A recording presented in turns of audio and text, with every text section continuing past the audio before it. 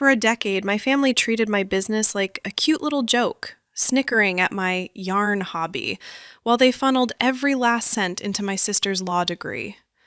But the laughter died instantly at my brother's graduation brunch. That was the moment I didn't just hand over a deed to a house. I handed them the reality check that shattered their entitled little world forever. The fever had settled deep in my bones, a heavy, aching cold that had nothing to do with the freezing New England air outside. I was on day 3 of a ferocious flu, buried under every quilt I owned, when my phone buzzed on the nightstand. The screen lit up with a photo of my mother, Deborah. I sighed, letting it ring twice before picking up. My voice came out raspy, like sandpaper. "Hello? Deborah?" "Harper, you sound terrible. Are you still sick?"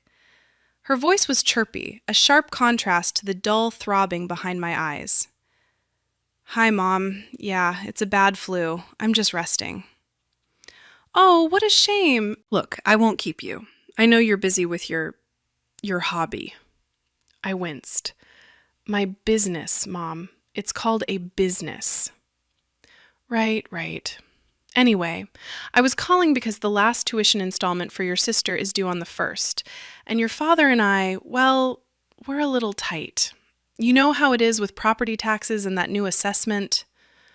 I propped myself up on my elbows, the room spinning slightly. Tight. Tight by how much? "Oh, it's nothing too much," she said, with that breezy tone she always used right before asking for the impossible. "Just the last installment. $15,000? I choked on my own breath. $15,000? Mom, that's not a little tight. That's a car. Now, Harper, don't be dramatic, she snapped, the cheerfulness vanishing. This is your sister's future. This is Harvard Law, not some online knitting club. We've all had to make sacrifices. Your father and I mortgaged the house again. The least you could do is help out a little. I know your little online shop doesn't make much profit, but surely you can contribute to the family." There it was, the disdain. It's funny how people can look at a skyscraper and see a shack if it doesn't fit their narrative. They saw a girl playing with yarn in a garage. They didn't see the empire, because acknowledging my success would mean admitting their golden child wasn't the only star in the sky. The shop I had started in the garage 10 years ago now employed 12 people, occupied a 20,000 square foot distribution center, and shipped products to 40 different countries. The business my family treated like a child's lemonade stand. For a decade, I listened to this. I sat through Thanksgiving dinners and heard my father, Gerald, toast to our future legal superstar, Tiffany, while asking me if I was still selling string on the internet. I watched my parents drain their retirement, sell my grandmother's jewelry, and mortgage their entire lives for my sister Tiffany, who absorbed praise and money with the placid entitlement of a golden god. And me? I was Harper, the quiet one, the creative one, the one who never asked for anything. I paid my way through State U waiting tables. I built my business with my savings and my own sweat. I worked 80-hour weeks while they flew to Boston to take Tiffany to brunches I knew they couldn't afford. "Mom," I said, my voice trembling, a mix of fever and a sudden glacial rage. "I can't. I simply don't have $15,000 lying around." It was a lie. Of course I had that in a checking account used for petty cash, but it was a matter of principle. "Well, I really don't know what to tell you, Harper," my mother sighed, a heavy, disappointed sound designed to crack my heart. It had worked for 34 years. "Your father is so stressed. I'm worried about his health. This last push will get Tiffany to the finish line. Then she can take care of all of us. It's a family investment." Family investment. That's what they called her. But I wasn't family. I was the backup funding. "I'm sorry, Mom. I can't. I have payroll to run," I whispered. Deborah went silent for a moment. When she spoke again, her voice was sharp as shattered ice. "I understand. I see how it is. Well, I hope you feel better, Harper. Some of us are trying to build a legacy." Did she hang up? I tossed the phone onto the blankets and sank back into the pillows, my body shivering. But it wasn't the fever making me cold. It was the realization that, to my family, I wasn't a daughter. I was just a line of credit they hadn't managed to unlock yet. The silence in the room after the call was harsher than my sickness. The click of the phone disconnecting echoed in my ears. It was the sound of a door slamming shut, a definitive rejection. My no wasn't just a refusal of money. It was a betrayal of the family narrative. Tiffany was the star, and I was, at best, a member of the supporting cast. Today, I had refused to say my lines. There's a specific kind of loneliness that comes from realizing your family doesn't actually love you. They just love what you can provide for the person they actually love. It's a hollow ache, like a cavity in a tooth you can't reach. My body ached, but my mind was suddenly and painfully sharp.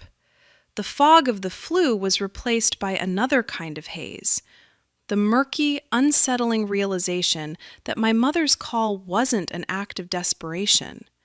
It was an act of expectation. My phone buzzed again. A text message, this time from Tiffany. Mom says you're holding out. Don't be selfish, Harper. My future is the family's future. We're all counting on you to do the right thing. Holding out. Selfish. The words were so arrogant, so devoid of self-awareness, I almost laughed. Tiffany, who had never worked a single day in her life that wasn't a prestigious, unpaid internship. Tiffany, who still had her credit card bills paid by our father, was calling me selfish? I remembered a dinner a few months ago, shortly before I got sick. My father, Gerald, a man who until then only spoke to me about my business with a sort of condescending paternalism, suddenly showed interest. So, Harper, he had said, swirling the wine in his glass, this commerce thing of yours, it's doing okay, I hear. I was surprised. It's doing well, Dad. We're expanding our supplier network to Peru. Peru. Interesting. How is it all structured? Are you just a sole proprietorship? You really should have some liability protection, you know. He tapped his temple. As your father and a financial advisor, I worry about you. You're playing in a big pond now, sweetheart. It's easy to drown. In that moment, I felt a pathetic little spark of hope. He was finally seeing me. He was worried about me. Oh, I'm not a sole proprietorship, Dad, I said enthusiastically. I incorporated years ago. I'm an LLC. His smile tightened for an instant. An LLC? Well, good for you. But you're the sole owner, right? It's all you? More or less, I lied. It was a small, instinctive lie, the kind you tell when you don't know exactly why you're being questioned. Now, lying in my sickbed, that conversation looked different. It wasn't interest. It was reconnaissance. He wasn't acting like a father. He was acting like a financial advisor probing for weaknesses, looking for assets he could exploit. He was assessing my value for the family investment. I felt a wave of nausea that had nothing to do with the flu. They weren't just asking for help. They were planning on my success. A success they simultaneously mocked and coveted. My eyes turned to a framed photo on my dresser. It was from 10 years ago, the day I signed the lease on my first 500-square-foot storage unit. I was 24, grinning, holding a set of keys. I had sent the photo to my family. My mother had replied, "That's nice, dear. Tiffany just got an A- in her first semester." I had built my company in her shadow. While they celebrated every grade Tiffany got, I was learning about import tariffs and logistics. While they agonized over her law school applications, I was negotiating with shipping carriers and hiring my first employee. I did it all alone, silent, diligent, while they ignored me completely. Everyone thought I was just playing with string, but they had forgotten something crucial. They forgot who I really was. They thought I was a pliable, creative daughter, They had forgotten that you don't build a multi-million-dollar business from nothing by being weak. You don't manage a global supply chain by being submissive. You don't manage a team and a complex budget by being stupid. Yes, I had been quiet, but I wasn't asleep. I was watching. I grabbed my phone, fingers trembling slightly. I ignored Tiffany's message. Instead, I swiped to another number, my actual financial advisor, a woman named Sarah, whom I had hired 5 years ago and whom my father knew nothing about. I typed a message. Sarah, I have a bad feeling. Can you please, very discreetly, do a detailed analysis of my parents' financial situation? I need to know exactly what kind of debt we are talking about. I hit send. Next, I opened another message, this time to my brother Tyler. Hey, just checking in. Are you excited for your graduation dinner next week, Ty? The other outcast. He was graduating with his bachelor's degree from State U, a fact almost totally overshadowed by Tiffany's imminent law school graduation. He replied almost instantly. Hey, Harp. Yeah, I think Mom is talking mostly about Tiffany's bar prep, but thanks for asking. Are you feeling better? A small, genuine smile touched my lips. Good. At least there was Tyler. The rage was beginning to transform into something colder, harder, something with purpose. My family thought I was their emergency fund. They were about to find out I was a fortress, and they were on the outside. Trust is like a mirror. Once it's broken, you can glue it back together, but you can still see the cracks in the reflection. And sometimes you realize the reflection was ugly to begin with, and you're better off just sweeping up the shards. My little side business was born from a place of quiet rebellion. After I graduated from State U, an achievement met with a polite, "That's nice, dear," from my mother, I found myself back in my childhood bedroom. Tiffany, despite being 7 years younger, already had the bigger room with the better view because she needed light to study. I worked a dead-end job at a local insurance office, saving every penny. My family saw it as a temporary failure. It's just until you find something real, my father would say, patting my shoulder. But I wasn't looking for a real job. I was building a war chest. My passion was artisanal textiles, rare yarns, hand-dyed silks, traditional weaving tools. I loved the history, the texture, the art. I started a small blog reviewing different fibers. Then I moved to selling small knitting kits. The insurance job paid for the first 50 shipments of merino wool from New Zealand. I stored everything in boxes under my bed. The year I turned 25, I moved out. My mother, Deborah, was horrified. "But you could save so much money living here," she cried. "I need space," I said, gesturing to the boxes taking over the garage. "For your hobby?" she scoffed. "Harper, you're not a child anymore. It's time to put these playthings aside. Your father and I are trying to get Tiffany into that advanced summer program. We need to be serious." Serious. Tiffany, with her debate clubs and pre-law societies, was serious. Me, with my growing spreadsheets, my import licenses, and my expanding client list, was playthings. My father, Gerald, was quieter, but in many ways more damaging. He was a financial advisor, a man who built his identity on prudence and wisdom. When I brought him my first year's taxes, showing a modest but real success of $30,000, he looked at the paper and sighed. "Harper, this is cute. It's fun money, but it's not a career. You have no benefits, no 401k. The market is volatile. A business like this is a whim. One bad shipment and it's over." He slid the paper back to me. "I'm setting up a portfolio for Tiffany, something solid. We're investing in her future now. That is a secure investment." I never showed him my taxes again. The next year, my revenue hit 6 figures. I quit the insurance job. I hired my first employee. I signed the lease on that first small warehouse. I sent a photo to the family. That night, my mother called to celebrate Tiffany's 4.0 GPA. "Isn't it wonderful?" Deborah exclaimed, her voice bubbling. "Perfect grade point average in that school. Your father and I are bursting with pride. We're taking her to Boston for the weekend to celebrate. That's great, Mom! Did you see the picture I sent of the new warehouse? Oh, yes, dear. Looks big. Be careful with those leases. They can be tricky. Anyway, I need to run. Tiffany needs a new dress for the awards dinner. The betrayal wasn't an isolated event. It was a decade of 1,000 paper cuts. It was every, "That's nice, dear." It was every conversation immediately pivoted to Tiffany. It was the complete and total invalidation of my life's work. Deborah, a part-time real estate agent, was obsessed with the appearance of success. A daughter at Harvard Law was a status symbol she could flash at the garden club.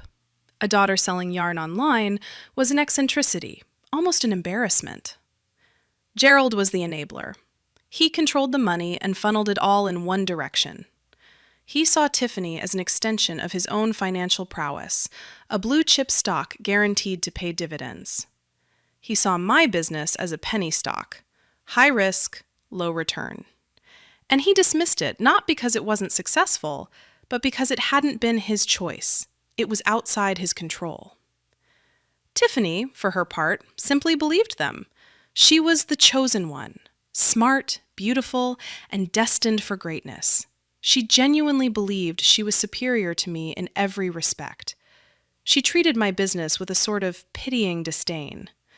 "It's so cute," she said once, visiting my warehouse, standing in front of a pallet of merchandise worth more than her entire tuition. "That you have all these boxes to play with." I just smiled and said, "It keeps me busy." The flu finally broke on a Thursday. I woke up weak but clear-headed. My phone buzzed. It was Sarah, my advisor.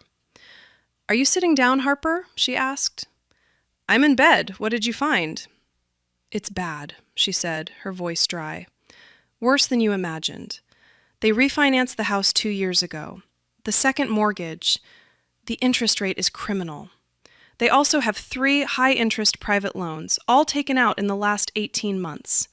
And, Harper, Tiffany signed as a co-borrower." "What?" I gasped. "She's on the hook. Everything is tied to her future earning potential. Your parents used her as collateral, and she let them. The total debt, not counting the primary mortgage, is over $450,000. That monthly installment they asked for wasn't for the university. Tuition is already paid. It was to service the other loans. They are in a spiral, Harper. They are robbing Peter to pay Paul." I closed my eyes. They weren't just tight. They were lying. "And, Harper," Sarah said, her voice softer, "I looked up your father's financial advisor record. He's been censured by the board 5 times. It's public record, for making unsuitable recommendations to elderly clients. He's not just a bad father. He's a bad advisor." My blood ran cold. This wasn't just family favoritism. It was a pattern. My father, the prudent one, was a desperate man. And desperate men, I knew, do desperate things. Tyler's graduation dinner was in 3 days. The chat my father wanted to have was no longer a request. It was inevitable. They weren't planning to just ask for help. They were planning to get it, one way or another. The turning point wasn't a decision anymore. It was a necessity. I wasn't just protecting my business. I was protecting myself from a predator. And he just happened to be my dad. When the pedestal you put your parents on finally crumbles, the dust can choke you. But once it settles, you realize you can finally see the horizon. The sickness had passed, leaving behind a cold, hard clarity. The pain that had defined my relationship with my family for 2 decades was gone, burned away by the fever and the facts. In its place was a cold, calculating anger. I wasn't a neglected daughter. I was an undervalued asset they were trying to liquidate. Sarah's revelation about my father's censure confirmed everything. He wasn't just proud of Tiffany. He was using her as cover for his own financial failures. He had likely drained his own clients with bad advice, and now that that well was drying up, he turned to his own blood. He had invested everything in Tiffany, not as an investment, but as a risky bet to save his own skin. And when her future earnings didn't materialize fast enough, he turned his eyes to me. His probing questions during dinner, his advice to keep my business simple. It was all an attempt to keep me small, to keep my assets liquid and graspable, so he could eventually advise me to transfer them into a fund under his control. He thought I was a sole proprietorship, his naive, creative daughter who didn't understand the real world of finance. He had no idea. The trap, so to speak, wasn't something I created for him. It was something I built for myself years ago to protect my life's work from the unknown.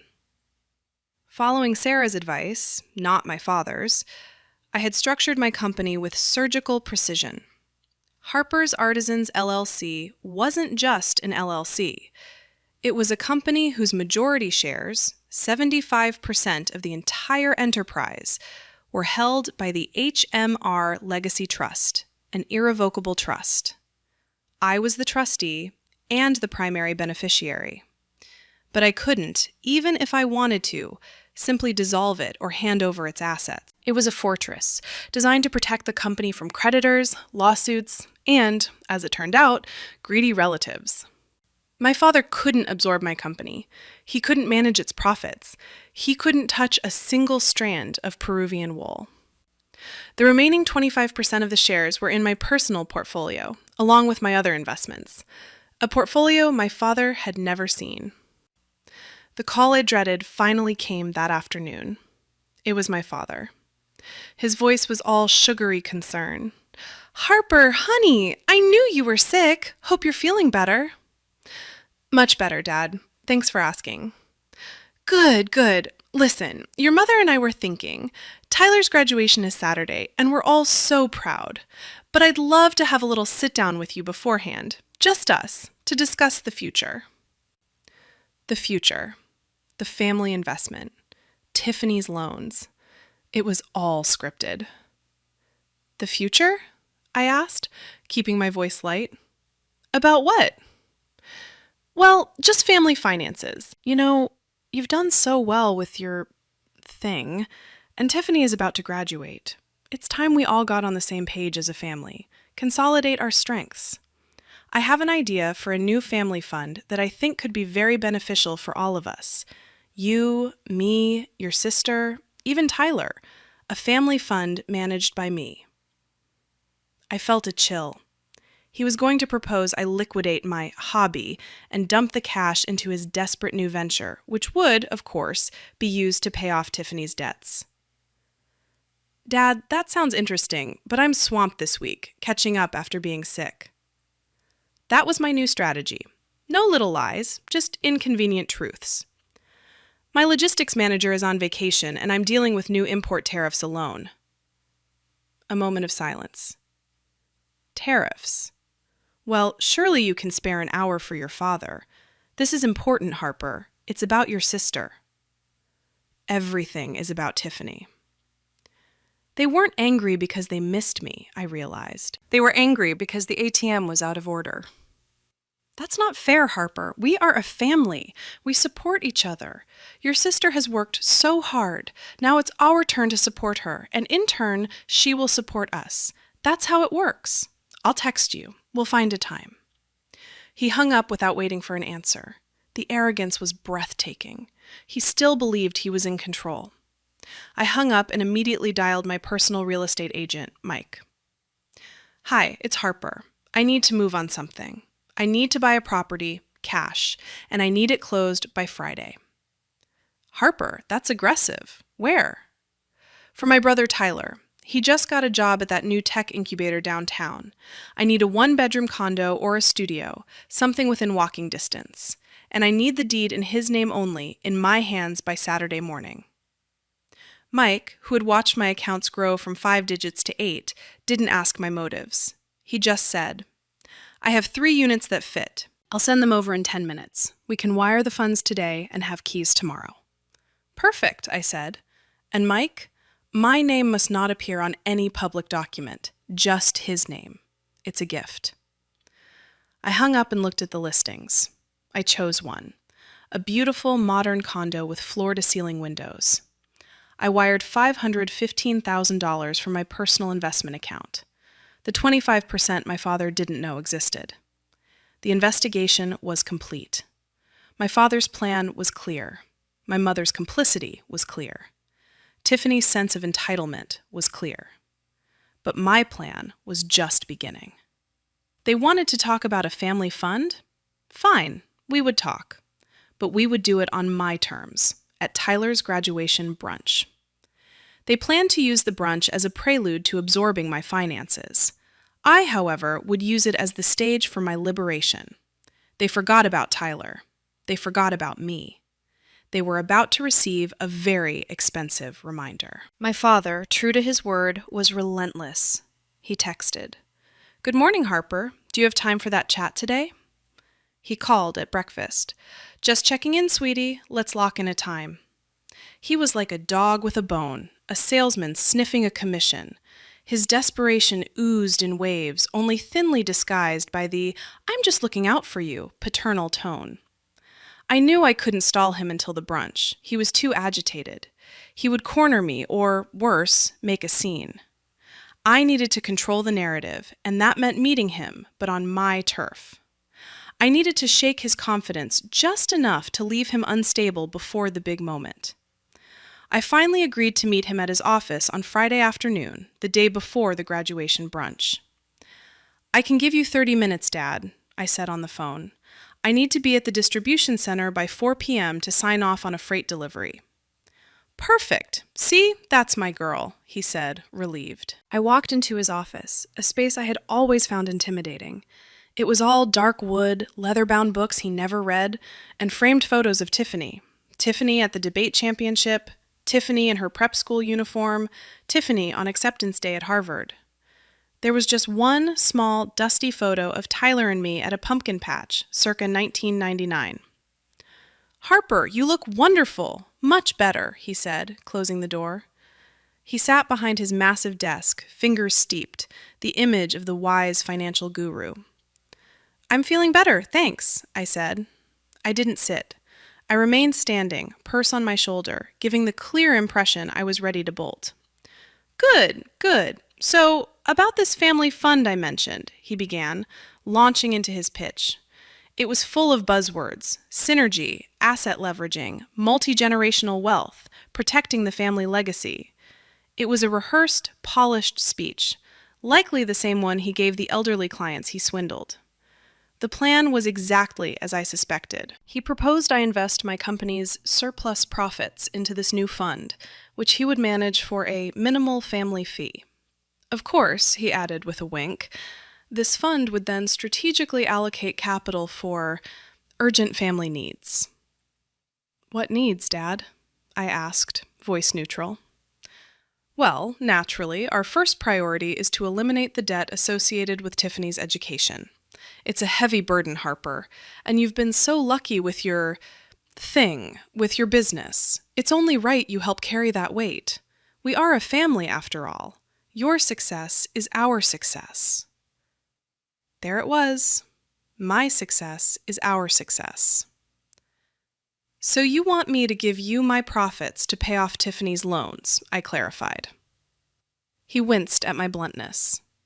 "It's not that. It's an investment, Harper. An investment in your sister. When she becomes a full partner, she'll be making 7 figures. The return will be astronomical for all of us." "I see." I let the silence hang in the air. He smiled, expecting me to agree, to be the good, compliant daughter.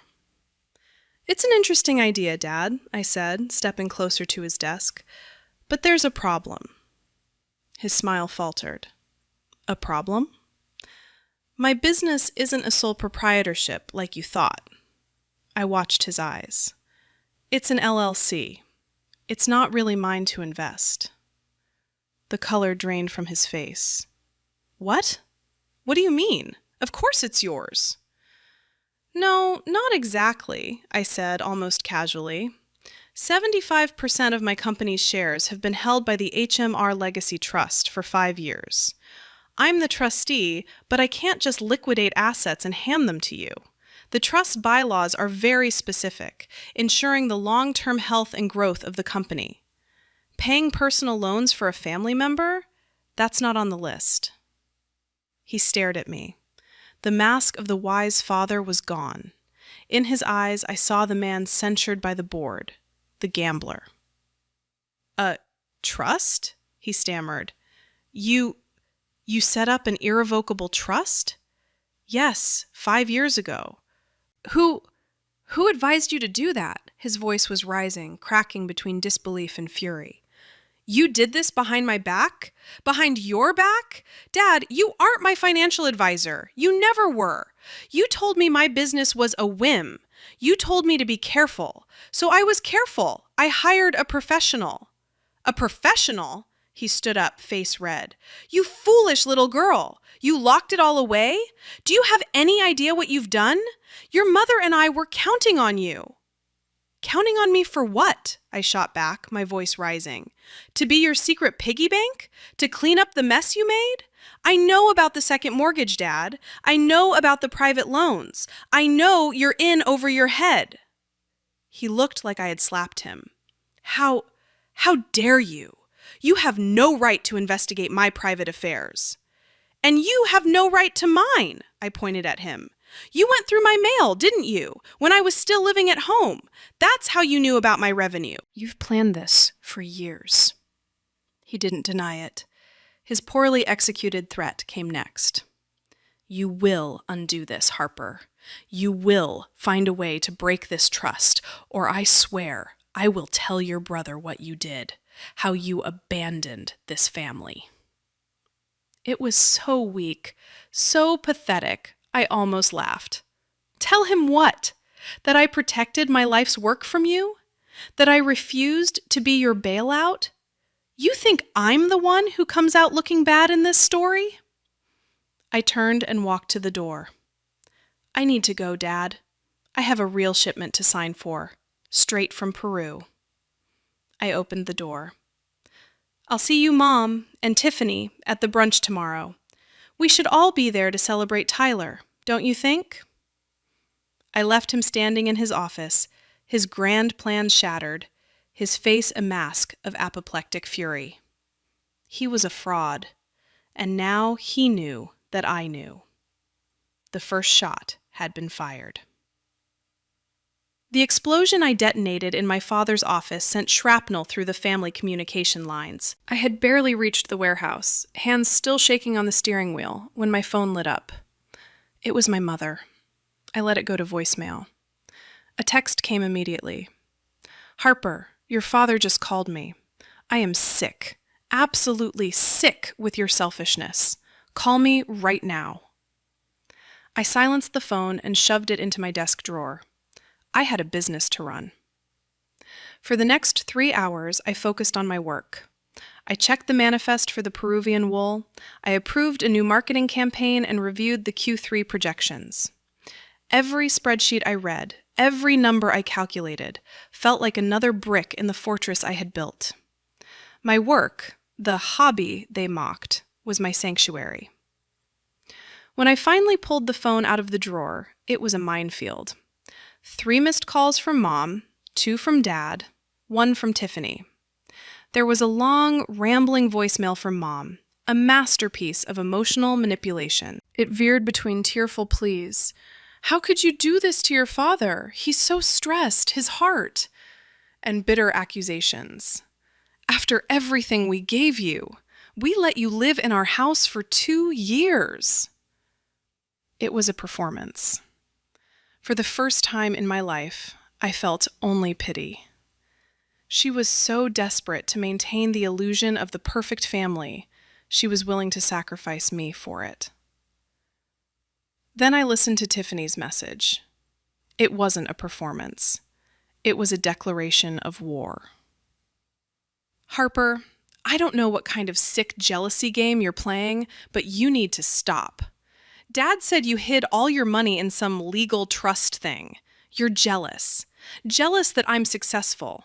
Jealous that Mom and Dad are proud of me. You're just a bitter old woman with a stupid, useless hobby, and you're trying to ruin my life because you have nothing. She hung up with a click. A stupid, useless hobby. I saved the voicemail. The case was built. The manipulation, the entitlement, the planned theft, it was all exposed. They weren't hiding behind smiles and parental advice anymore. This was who they really were. A desperate man, a hysterical, enabling mother, and a spoiled, cruel daughter. My phone rang again. This time, the name on the screen made my heart ache. Tyler. I picked up immediately. Hey, Ty. Harper, what is going on? His voice was small, confused. He was in his apartment near the university, probably packing things for the weekend. Mom just called me. She was crying, like really crying. She said you and Dad had a huge fight and that you're refusing to help the family. She said you're hoarding your money and turning your back on Tiffany. I don't understand. I thought your shop was just, a little side gig. I finished the sentence for him, my voice gentle. Yeah? Is that not true? That part of me. Ty wasn't malicious. He was just collateral damage. They had told him the same narrative they told me, and he had no reason to doubt it. He was the other ignored one, the quiet, compliant son with decent grades who caused no trouble. He was the audience for their grand play, and he believed every word.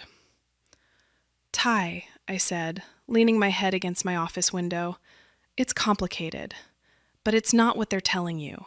They're in trouble, bad trouble. They were planning to use my money to fix it, money I earned. They didn't ask me, Ty. They expected me to just hand it over. And when I said I couldn't, they snapped. He was silent for a long time. They always do this with Tiffany, he whispered finally, like she's the only one who matters. I know. Are you okay, Harp? That simple question, are you okay, was something my parents or sister hadn't asked me in years. Something unlocked inside me. I am now, I said, voice thick. Listen, about the brunch tomorrow, it's probably going to be tense, but it's your graduation. I want you to know I am so, so proud of you. No matter what happens, I want you to remember that. Thanks, Harp. That means a lot. I'll see you tomorrow, right? And Ty? Wear a good suit. It's going to be a big night. Okay, see you tomorrow. I hung up, resolve hardening like concrete. Absolutely. My clever trap wasn't just to defend myself anymore. It was to show Tyler, the only reachable person in my family, what real support looked like. It wasn't about leveraging his future or drowning him in debt. It was about giving him a foundation with no strings attached. The final piece of my plan clicked into place. I had the deed, I had the voicemails, I had Sarah's facts, and I had a family walking into a trap of their own making. They were expecting a cowed, guilt-ridden daughter ready to negotiate away her money. They were about to meet the CEO. The restaurant, of course, was my mother's choice. Offensively expensive, all dark wood, silent waiters, and chandeliers dripping crystal. It was a stage, a place to perform success. My father looked pale and stressed, tugging at his shirt collar. My mother was overcompensating, smile brittle and bright, voice loud as she bragged to the waiter about, "My son graduating!" And Tiffany? Tiffany was magnificent in her arrogance. She wore a sleek black dress that probably cost 2 months of my first year's salary. She looked at me with open disdain, a small smirk playing on her lips. She thought she had won. She thought the combination of my father's rage and my mother's tears had broken me, that I had arrived ready to surrender. Tyler, bless him, looked sharp in his new suit, but deeply uncomfortable. He kept glancing from me to our parents, sensing the tension in the air. I kept my cool. I was pleasant. I ordered sparkling water and complimented Ty's suit. Did that unsettle them? My mother kept trying to catch my eye with a look of deep pain and disappointment. My father refused to look at me at all. Well, my mother said, raising her glass of champagne, a toast. To our brilliant son, Tyler. We are so, so proud of your achievements. And, she added quickly, to our brilliant Tiffany, who is about to conquer the world. Tyler's smile faltered just as the toast became hijacked. We all clinked glasses, and my mother continued, setting her glass down and fixing me with a hard stare. To family, and remembering what is important. To supporting each other, no matter what, because in the end, family is the only thing that matters. It was a warning, a threat wrapped in a greeting card. Are you sure, Mom? I said, voice calm and clear. The table went silent. Family is what matters, supporting each other, celebrating each other's achievements, all of them. I turned to my brother. Tyler, I am incredibly proud of you. I know you've been worried about what comes next, about finding a job, about the housing market, about maybe having to move back home. Ty blushed and looked down. It's a lot, Harp. It is, I said. I reached into the tote bag I had placed by my chair. I pulled out a sleek black leather portfolio. I want you to be able to focus on your new job without worrying about all that. So I took care of it. I slid the portfolio across the table to him. What is this? He stammered. Happy graduation, Ty. It's the deed to a condo 2 blocks from your new office. It's in your name, and it's fully paid for. Time stopped. Tyler's hand, reaching for the portfolio, froze. He just stared, mouth slightly open. Tiffany, who was sipping her champagne, choked. You what? My mother's proud, fragile smile didn't just vanish, it disintegrated, her face collapsing into a mask of pure, absolute shock. My father went white as a sheet, eyes darting from the portfolio to my face. He was doing rapid, silent mental math, numbers spinning in his head. He understood. He understood the amount of money I had just dropped, money that wasn't in the trust, money he didn't even know existed. He comprehended, in that instant, the true scale of the wealth he had tried to steal. He leaned across the table, voice low and furious, a hiss only I could hear. You shouldn't have done that. That money. We were counting on that for Tiffany's loans. The headline. The thesis statement. The entire truth of my life.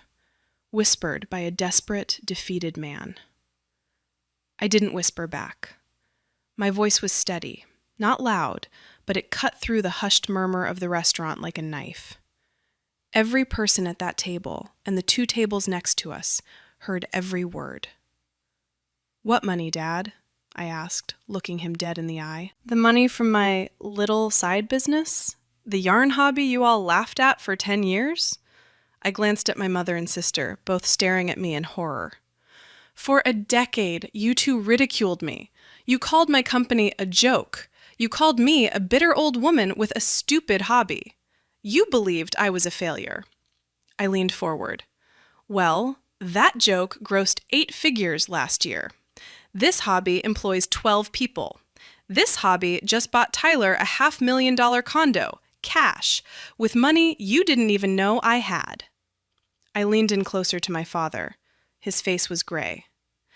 You weren't counting on my money, Dad. You were planning to steal it.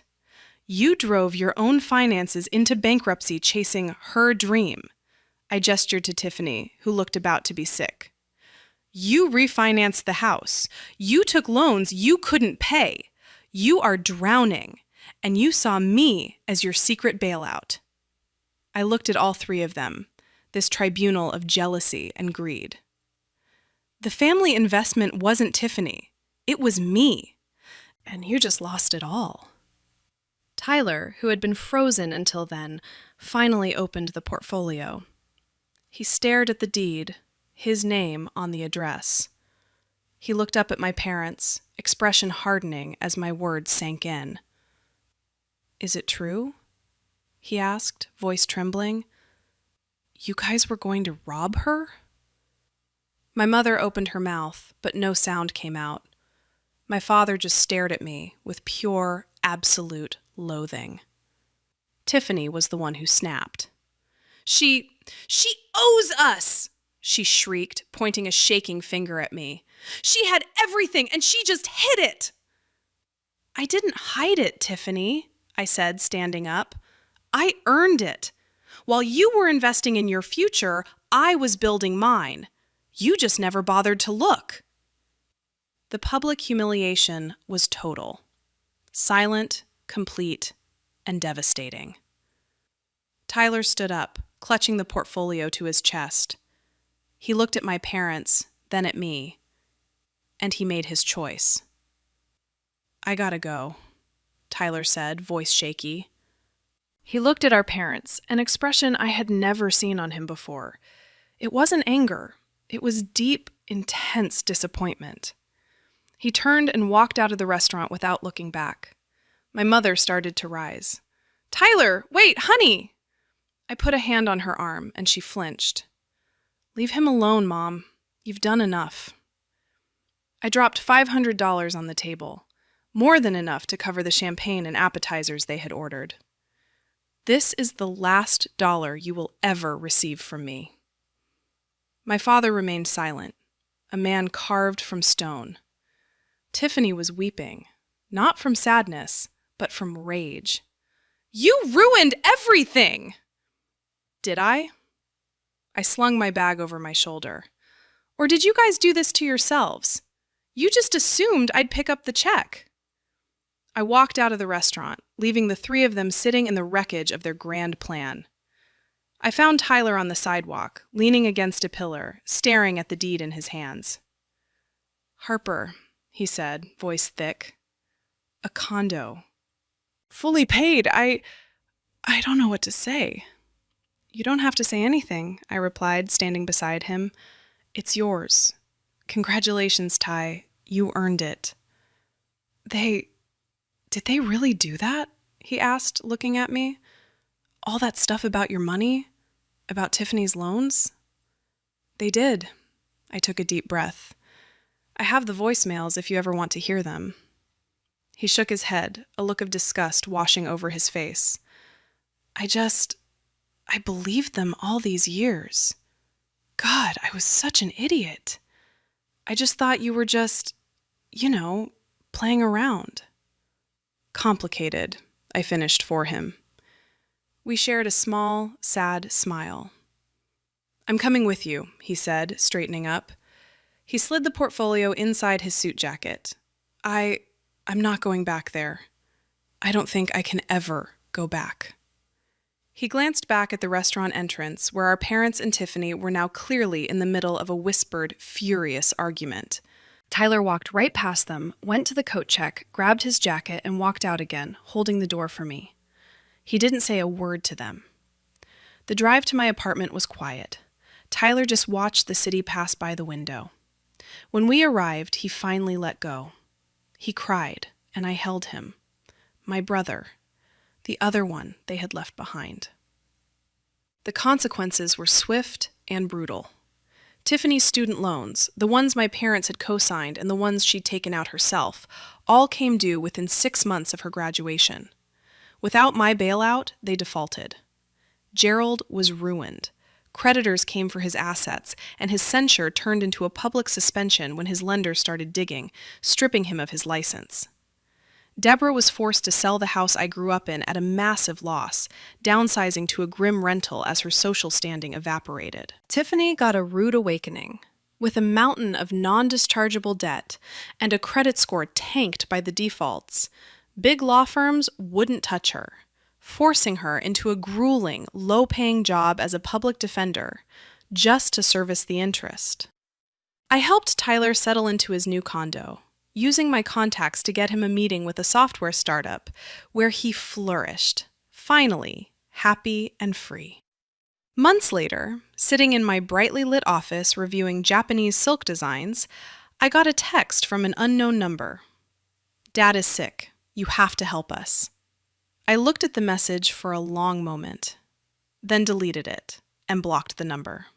I felt no anger, no sadness, just peace. The books were balanced, the debts were paid, but not by me. This story is a work of fiction, yet it echoes the real silence found in many homes where love comes with a price tag. It serves as a reminder that while family is a bond, dignity is a boundary. And sometimes, the most loving thing you can do is refuse to be someone else's safety net.